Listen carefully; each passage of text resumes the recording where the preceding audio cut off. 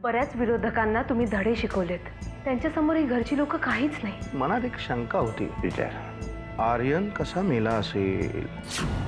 ही जर मला वाढणार असेल तर या घरातलं पाणी सुद्धा पिणार नाही मी. आजच्या समारंभाला तू तिला बरोबर नेणार आहेस की नाहीस? शक्य नाही. मिस्टर आर्यन सरतापेचा खून झाला ही गोष्ट खरी, पण ज्याने हा खून केला त्याच्याबद्दल काहीच माहिती मिळाली नाही. जानकी, ह्या प्रकरणात आपण जेवढी घाई करू ना तेवढे जास्त आपणच फसू. जे काही करायचं ते खूप विचार करून करायला हवं. काय वाकणेस, किती उशीर? निघायचं की नाही? हो साहेब, निघायचंय. तर त्याआधी सगळी तयारी करून घेतली, कारण आपल्या गाडीच्या मागे जवळजवळ 100 गाड्या असतील कार्यकर्त्यांच्या. ठीक आहे, चला निघूया. साहेब, जानकी वहिनी? शपथविधी माझा आहे का जानकीचा? तसं नाही साहेब, पण वाकणीस, तुम्ही तुमचं काम करा, बाकीच्या गोष्टी मी बघून घेईन. साहेब, एक वेळ जानकी वहिनी नसतील तर ठीक आहे, पण त्यांच्याऐवजी राधिका मॅडम असतील तर लोकांचं तोंड सुटेल. वाकणीस, राधिका माझी स्टाफ मेंबर आहे, जसे तुम्ही आहात. त्यामुळे लोक काय म्हणतील याच्याशी मला काहीही घेणं देणं नाही. साहेब, मला वाटतंय की एकदा आत्याबाईंना विचारून पाहावं. वाकनीस, माझ्या असण्याचा लोकांना प्रॉब्लेम आहे का तुम्हाला? राधिका मॅडम, मी साहेबांशी बोलतोय, त्यामुळे कृपा करून तुम्ही. वाकणीस, बायकांसारखे वाद घालत बसू नका. राहिला प्रश्न जानकीचा, तर मी मुद्दाम म्हणून तिला घेतलेला नाहीये, कळलं? चला.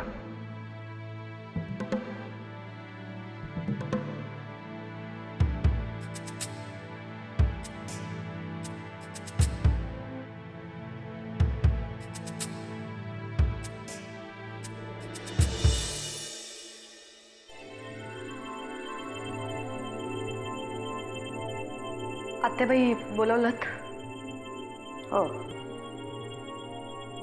अहिल्या, मी तुला एक काम सांगितलं होतं. काय झालं त्याचं? आत्याबाई, मी त्या माणसाला फोन केला होता. डोक्याने तिरसट आहे तू, एक शब्द सरळ बोलायला मागे ना.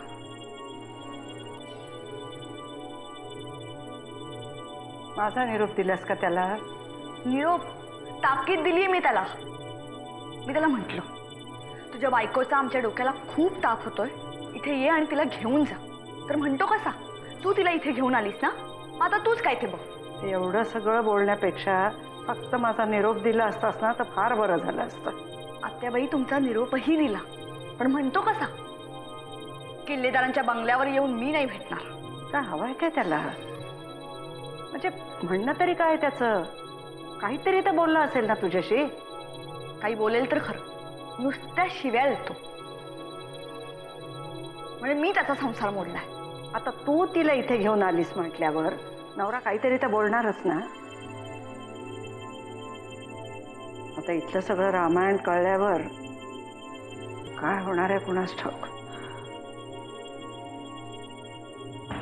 आत्याबाई, बाहेर कोणी इन्स्पेक्टर आलेत, तुम्हाला भेटायचं म्हणतायत. त्याला काही नाव गाव काही आहे की नाही? मी विसरलो, मी विचारून येऊ का? काही नको, जा तुम्ही बघते. जी.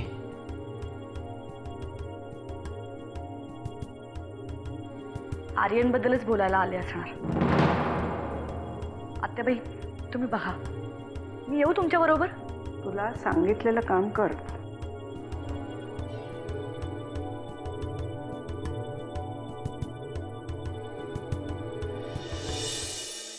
देवा, तू लय भारी आहेस, कारण आज तुझ्यामुळेच नरसिंह भाऊजी एवढे मोठे मंत्री झालेत.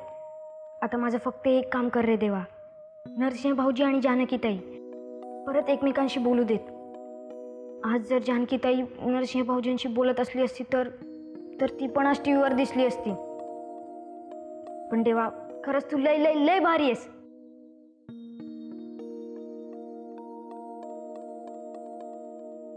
मला सांगण्याच्या आधी देवाला सांगून टाकलंस हे सगळं? ताई, खरं तर मी तुलाच शोधत होतो. मला बातमी पहिली तुलाच सांगायची होती. मला वाटलं तू नेहमीसारखी इकडं असशील, पण तू नव्हतीस, म्हणून मी देवाला बातमी सांगितली. त्याला काय सांगायचे? त्याच्याचमुळे तर हे सगळं घडतं. ताई, चल ना आपण टीव्ही बघूया. मी पाहून आली आहे, तू जाऊन बघ, जा.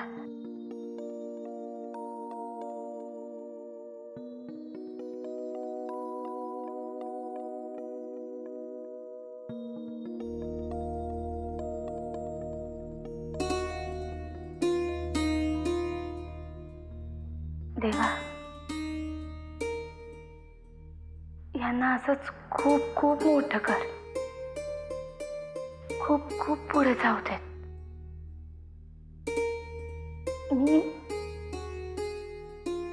मी खूप छोटी आहे. यांच्या आयुष्यातून कधी निघून जाईन त्यांना कळणार सुद्धा नाही.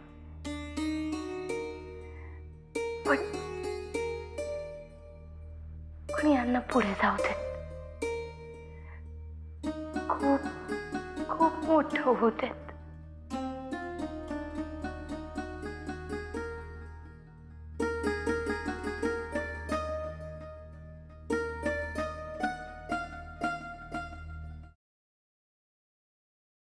नमस्कार. हां, नमस्कार. अचानक आलात, काही विशेष? नाही, विशेष नाही. रुटीन चौकशीसाठी आलो होतो. बसा ना, बसा. थँक्यू. मॅडम, त्या दिवशी हॉस्पिटलमधल्या असणाऱ्या सर्वांची मी चौकशी करतोय. बस त्या संदर्भात तुमच्याशी थोडं बोलायचं होतं, म्हणून आलो होतो. बोला ना. अहो, तुम्ही तुमचं काम करताय. या घराचा जावई गेलाय, त्याची हत्या झाली, त्याच्या खुन्याला शोधून काढलंच पाहिजे. बरोबर आहे मॅडम. मॅडम, मला एक सांगा, त्या दिवशी तुम्ही हॉस्पिटलमध्ये काही पाहिलं होतं का? म्हणजे कोणी संशयित व्यक्ती किंवा कोणाच्या संशयास्पद हालचाली वगैरे? नाही हो, आम्ही तिथे जायच्या आत सगळं झालेलंच होतं.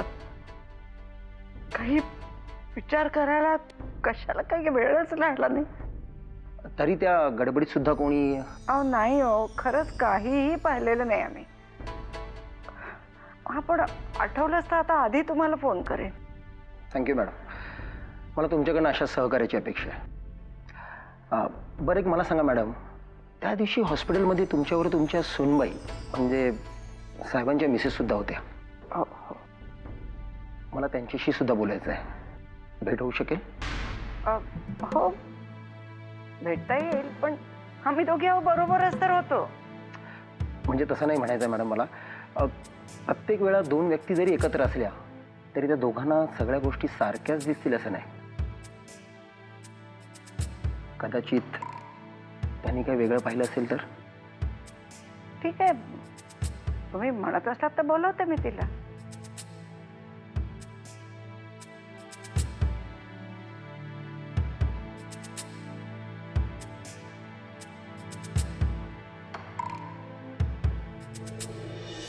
हे बघा कर्णिक साहेब, मी आतापर्यंत पक्षासाठी काय काय केलं याचा पाढा मला वाचायला लावू नका. आता मला तुमची गरज आहे आणि युगंधराला केलेली मदत युगंधरा कधीच विसरत नाही. महाराष्ट्रातलं सुप्रसिद्ध वर्तमानपत्र माझं आहे. शिवाय निवडणुकीच्या वेळी तुम्हाला लागणारी आर्थिक मदत मी करेन. पण मला आता पक्षाची गरज आहे, पक्षाच्या पाठिंब्याची गरज आहे. आणि कर्णिक साहेब, यावेळी मला शब्द नको आहे, कृती हवी आहे. मी तुमच्या फोनची वाट पाहते. मामा,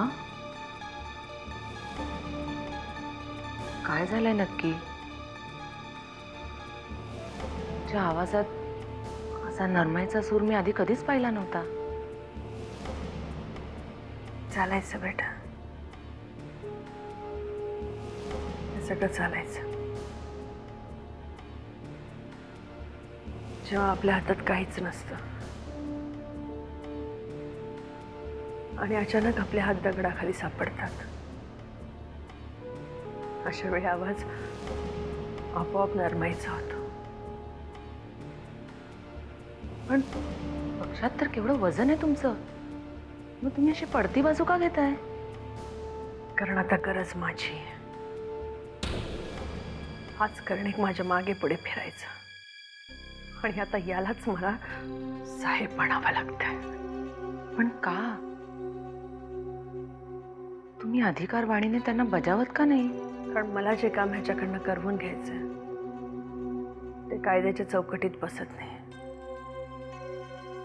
त्यामुळे माझ्यासाठी कर्णिक हा शेवटचा मार्ग आहे. आणि त्यांनीच मदत नाही केली तर? तू काळजी करू नको, सगळं ठीक होईल. मामा, मला तुमची ही अवस्था नाही पावत. नियती माझी परीक्षा घेते. नवरा गेला तेव्हा दुःख करायला वेळ नव्हता, कारण हे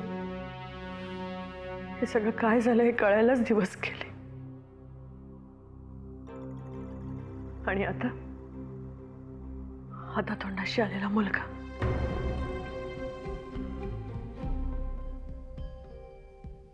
आणि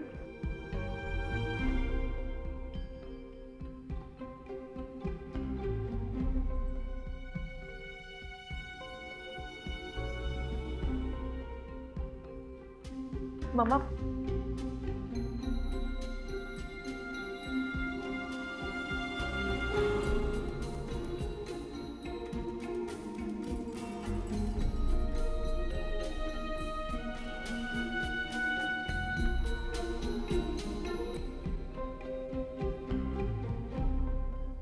हॅलो वागनेस काका, बाबांचा शपथविधी झाला का? नाही नाही, मी काल त्यांना फोन केला होता, एक काम होतं माझं. नाही ठीक आहे, मी थोड्या वेळाने फोन करते.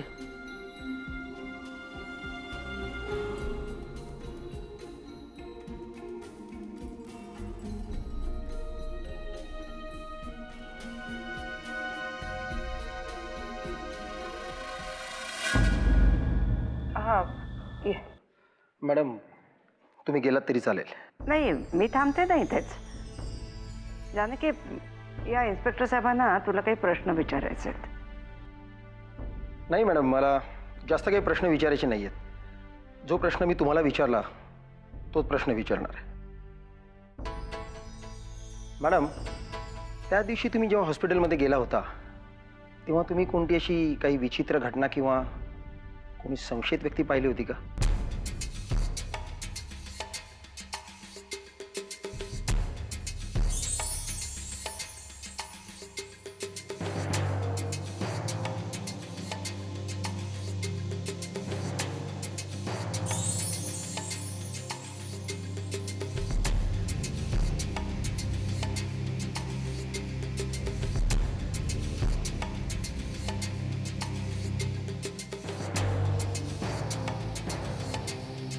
जानकी, अगं सांग ना, ते विचारतायत तुला.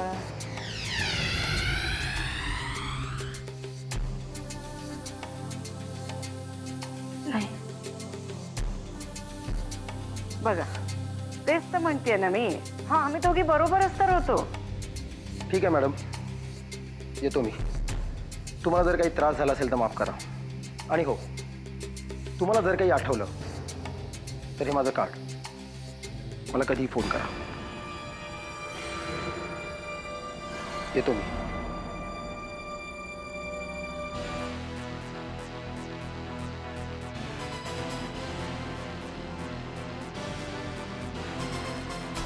मुद्दामच थांबले का मी? हे पोलीस लोक म्हणजे ना, प्रश्न विचारून विचारून हैराण करतात बघ. चाल, तू नको त्रास करून घेऊ. हा,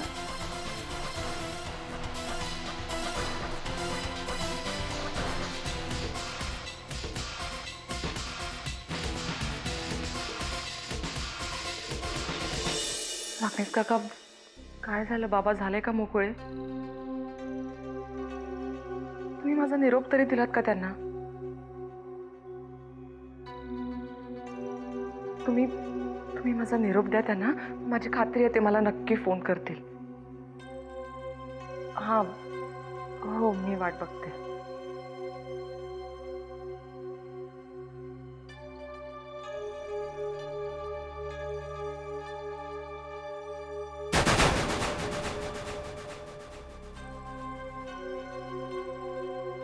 एवढं गयावया करून नरसिंहाला भेटण्याचं कारण कळेल मला. ते मी म्हणजे काही नाही असंच.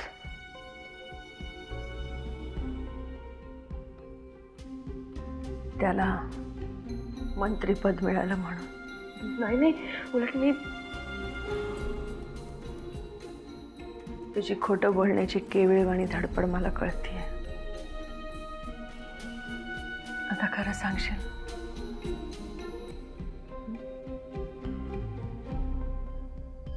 मम्मा,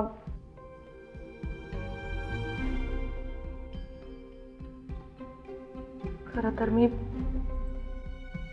या अशा परिस्थितीत आपल्याला मदत करण्यासाठी बाबांना फोन केला होता. का केलं समृद्धा? मला माहित होतं तू ही चूक करणार. कशासाठी? मम्मा, तुमच्या चेहऱ्यावरचं टेन्शन नाही बघवत मला. अमृता, तू माझं टेन्शन आणखीन वाढवलंयस. मम्मा, बाबा आपल्याला 100% यातून बाहेर काढतील. अमृता, अशा माणसाची मदत घेण्यापेक्षा मी आयुष्यभर तुरुंगात राहणं पसंत करेन. इतक्या खालच्या पातळीचा माणूस येतो की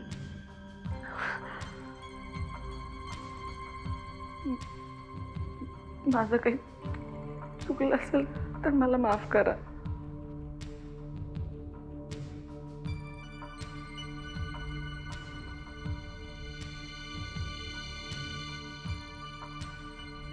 मला माहितीये तू जे काय केलंस ते आपल्या घरासाठी केलंस. मला कळतंय. बाबा, माझ्यावर विश्वास ठेवा. बाबा असं नाही करणार. मी ओळखते त्यांना. तुझ्या जन्माच्या आधीपासून मी ओळखते त्याला. अमृता, माझा विश्वास ठेव. हे सगळं त्यानेच केलंय. मामा, मला फक्त एक संधी द्या.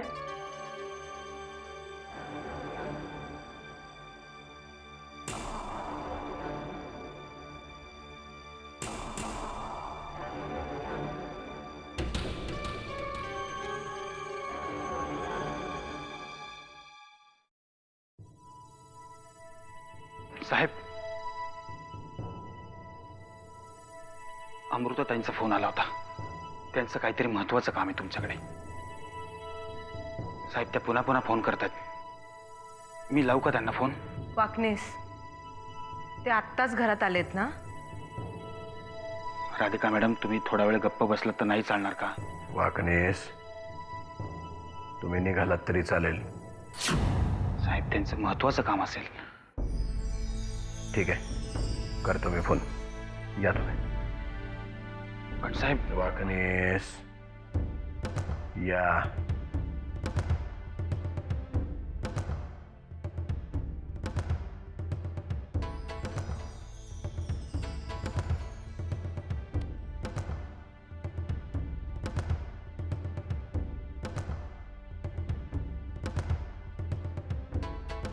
नरसिंहराव, अमृताला फोन करताय ना? नाही, तिला जर मी फोन केला तर ती माझ्यापासून कायमची दूर जाईल. म्हणजे मला कळलं नाही. युगंधरा अडचणीत आहे आणि फक्त मी तिला यातून सोडवू शकतो. पण अमृताला काय वाटेल?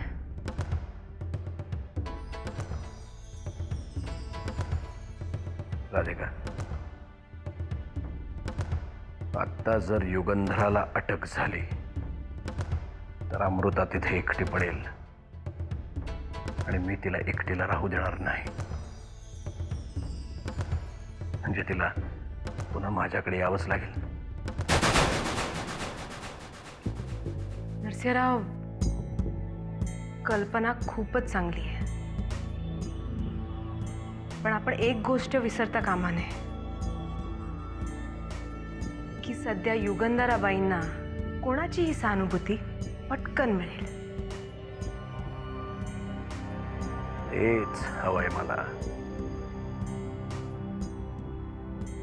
अमृताला माझी गरज नाहीये, युगंधराला आहे. आणि आता ती माझ्यासमोर नाक घासत आली तरी तिला माफी नाही. अमृताला परत माझ्याकडे आणण्याचा हा एकच मार्ग आहे.